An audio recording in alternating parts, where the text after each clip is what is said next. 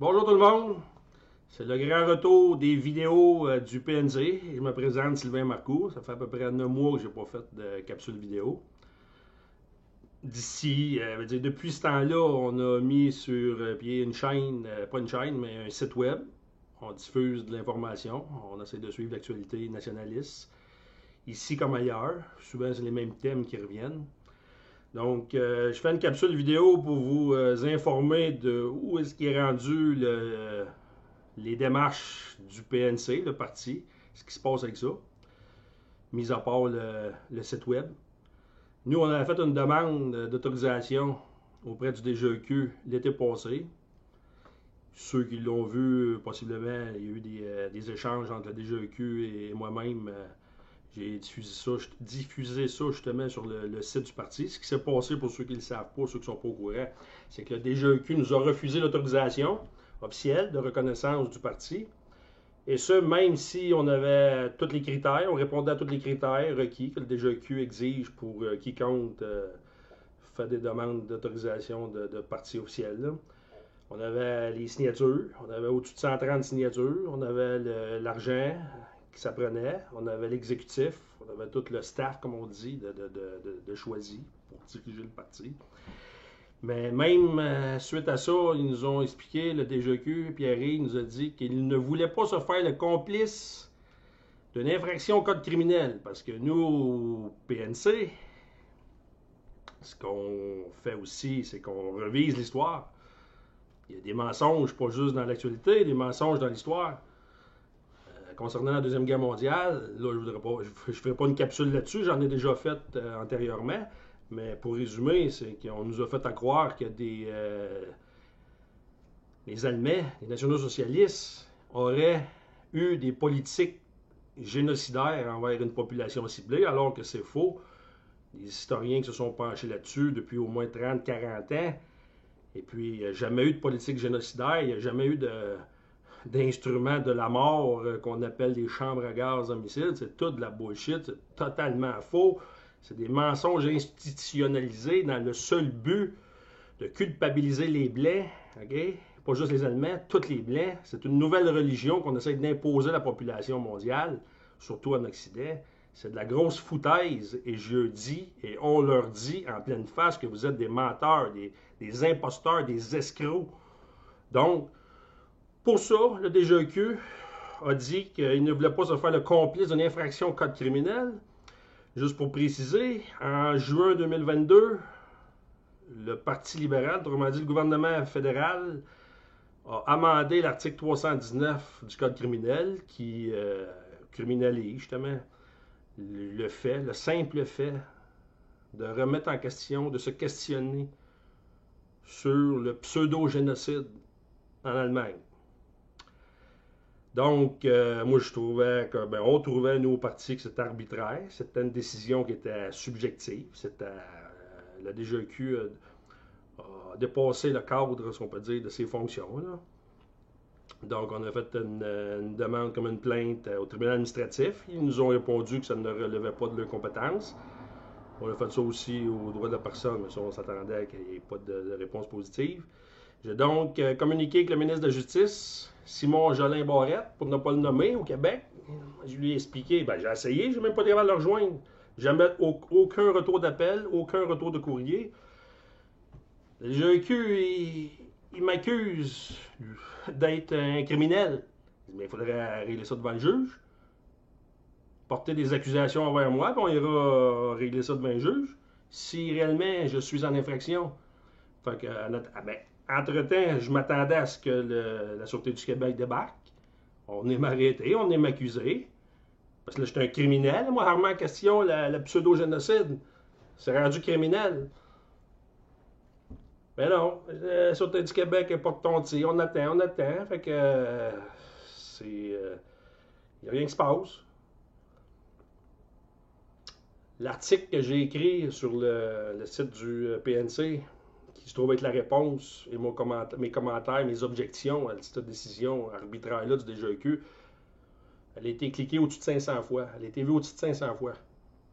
Pas juste au Québec, là. J'estime qu'il y a peut-être des Français ou d'autres francophones à travers la planète. Là. On sait que le web, c'est mondial, là, mais J'estime qu'il y a au moins 300 clics qui proviennent du Québec, c'est-à-dire des journalistes, d'autres députés, des politiciens, des gens qui se disent de la dissidence ou qu'on pourrait dire, des médias alternatifs. Personne n'a couvert ça. On sont où les couilles au Québec, excusez l'expression, mais c'est quoi là? On ne peut pas nommer un certain groupe racialo-religieux. On ne peut pas pointer du doigt leurs mensonges, leurs escroqueries, leurs fourberies. Là, je ne parle même pas d'histoire de l'escroquerie pandémique puis l'escroquerie du réchauffisme climatique. Ça, c'est d'autres dossiers qu'on couvre, nous, au PNC. Je me limite juste là, à dire que le Bnébré, justement, qui a fait des pressions sur le gouvernement, c'est bien clair. Ils m'ont contacté en juin 2022, juste pour remettre en contexte, pour terminer là-dessus. 2022, on m'a contacté antiaide.ca. Tu regardes le staff de ce groupe soi-disant anti-Inde-là, c'est tous des anciens du Bnébré.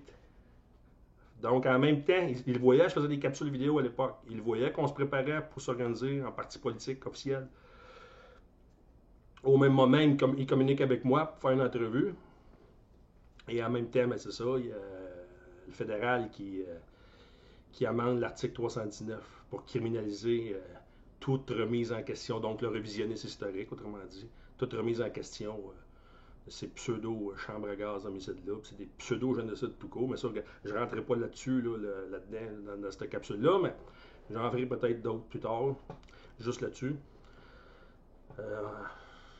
C'est ça. Fait qu'en juin 2022, ils se préparaient pour qu'en octobre, ils se servent de ça.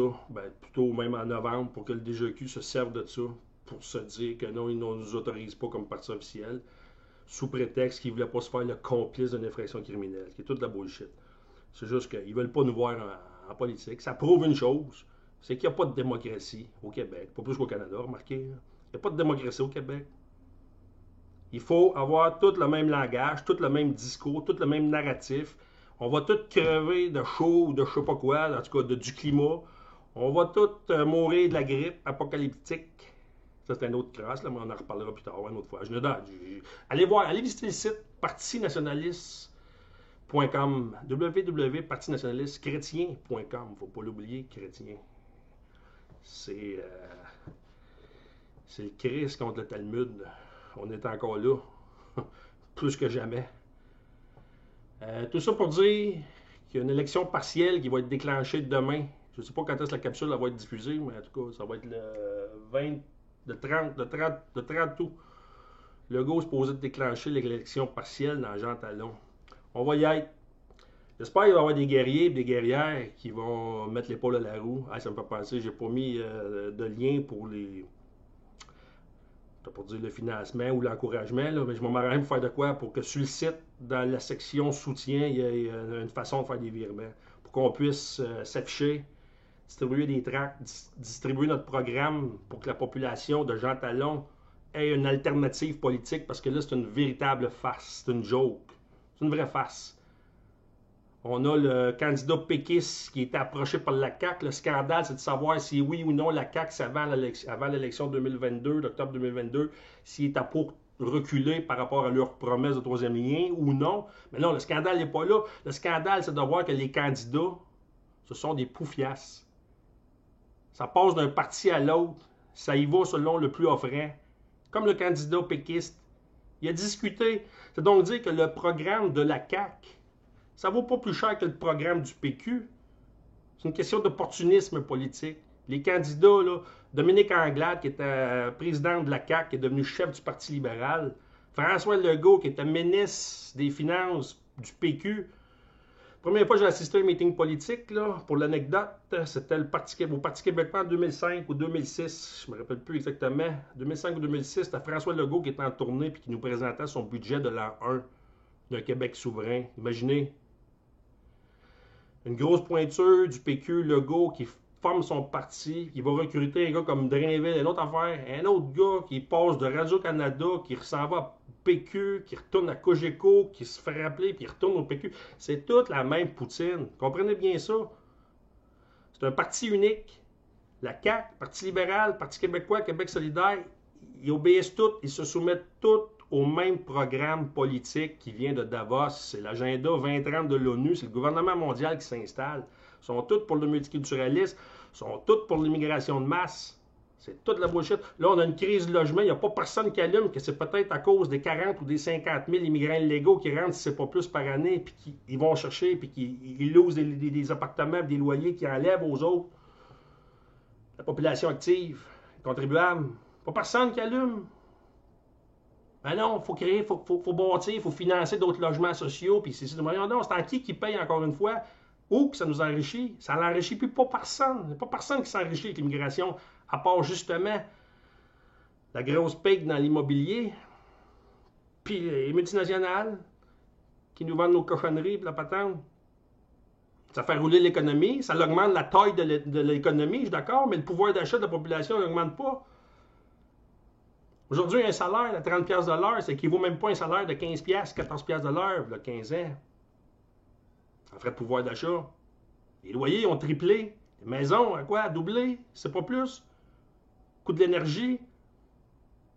Pas personne qui en discute, qui parle de ça. L'histoire de transition énergétique, c'est de la foutaise. On t'a presque tiré dans le pied. Il y a des articles là-dessus sur notre site, allez voir. Le pouvoir juif qui se transfère vers l'Est, quelque chose de même. Ils sont après mettre à sac l'Occident, l'Europe, l'Amérique. Le pouvoir est transféré vers l'Est, vers la Chine, avec comme la Russie comme province. C'est de la fake opposition. Poutine, c'est pas un sauveur. Trump, c'est pas un sauveur.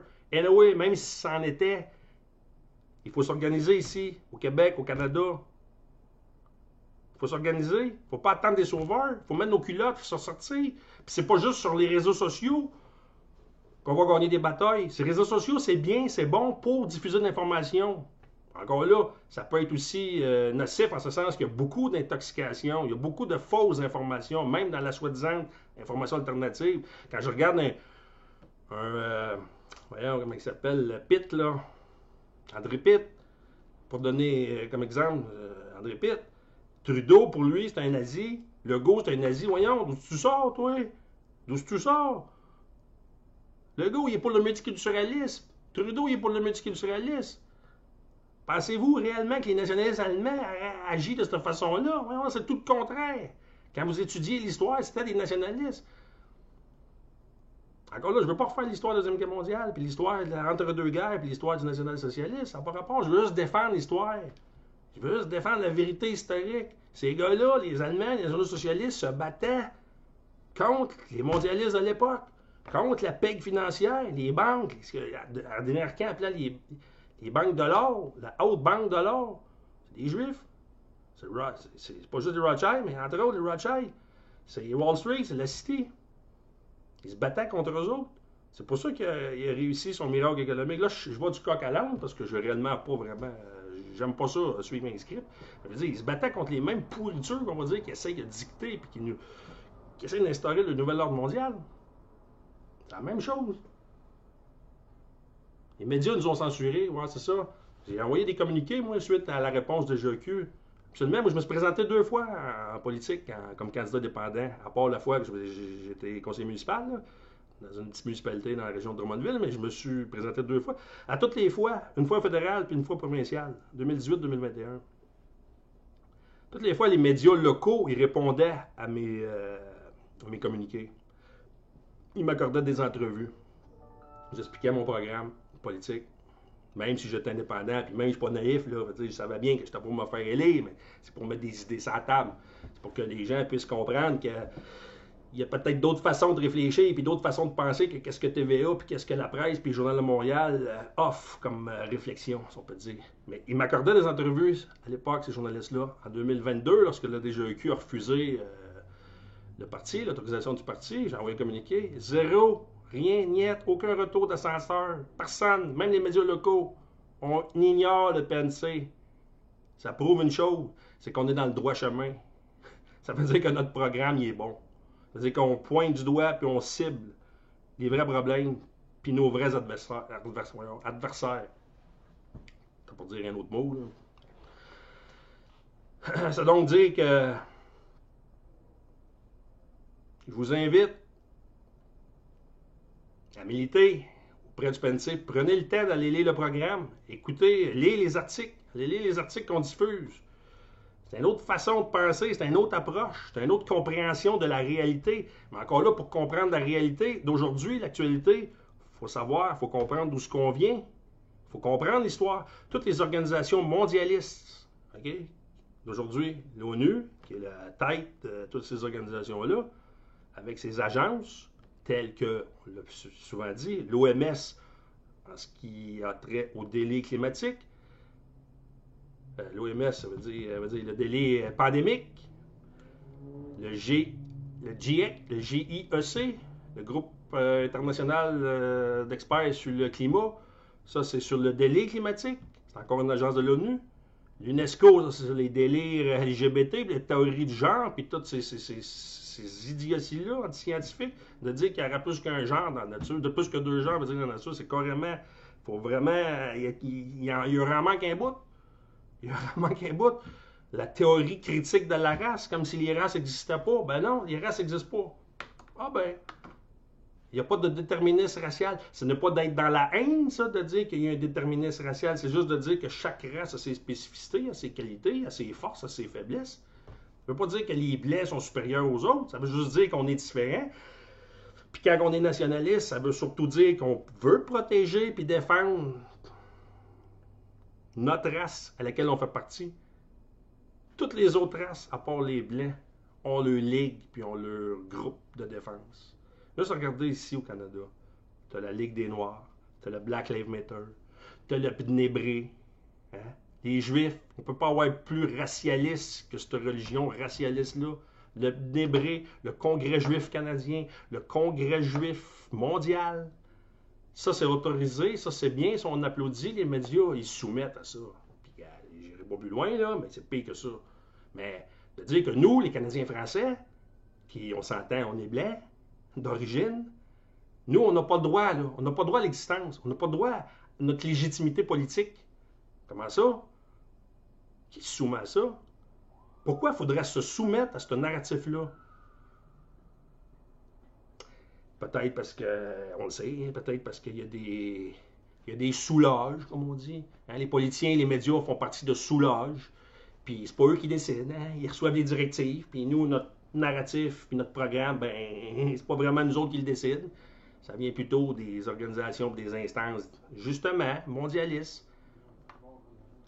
La franc-maçonnerie, pour ne pas la nommer, c'est international, ça. C'est pas national. Fait que de savoir qu'il y a des... non, je le dis, je veux dire, ça fait 17 minutes qu'on en parle. Dire, si les gens adhèrent à ça, les gens applaudissent à ça, ben votez pour ces gens-là. Ben, moi, tout ce que je dis, c'est que nous, au PNC, on s'oppose à ça. On s'y oppose. On est un mouvement, pour l'instant, nationaliste et chrétien. Lorsqu'on dit chrétien, encore là, on va en parler de christianisme, j'en ai parlé encore dans d'autres capsules. Christianisme, c'est le socle de la culture occidentale. Je lisais encore récemment un livre, un essai. C'est un essai historique. C'est Raoul Roy, l'auteur, un auteur canadien-français méconnu. Le titre, c'est les indigènes sudis sauvages. Il ressort tous les chroniqueurs, les historiens, on partir à partir de Cartier, Champlain, Marc Lescarbot, un paquet de missionnaires catholiques qui sont venus ici en Amérique, du temps de la Nouvelle-France, puis qui ont rencontré les sauvages, c'est-à-dire les Iroquois, les Outaouais, les Algonquins, même les Micmacs, puis un paquet d'autres là, dans la vallée du Mississippi. Et toutes ces populations-là pratiquaient le cannibalisme, l'anthropophagie. Ça veut dire, le samedi soir, ils n'écoutaient pas des games de hockey. Ils faisaient des parties, il y avait des tables, il y avait des bras, puis il y avait des jambes, il y avait des cuisses, puis ils bouffaient ça. Puis ils torturaient les prisonniers, les ennemis. C'était des guerriers qui disaient, fait que quand elle a capturé des prisonniers, d'autres guerriers des autres tribus, ben, ils les torturaient. Puis là, pendant, ils arrachaient les oreilles, ils bouffaient ça. Puis ils brûlaient avec des tisons, ils coupaient la langue, ils coupaient les oreilles. C'était ça le trip, c'était ça le party. C'est drôle, tu regardes l'Ancien Testament, les cultes du Baal, c'était un peu pareil, des sacrifices humains. Puis des anthropophages, ça veut dire que c'est des cannibales. On va dire là, tu sautes du coq à l'âne. Non, non, non, non, non, non. Toutes les cultures païennes avant le christianisme avaient ce type de culture-là, puis de mode de vie-là. Sacrifice humain, cannibalisme, esclavagisme, faut pas l'oublier. Le christianisme, il a aboli l'esclavagisme. Le christianisme, avec le sacrifice du Christ, c'est lui qui a endossé les péchés des descendants d'Israël, dans le fond, de la race d'Adam, on pourrait dire.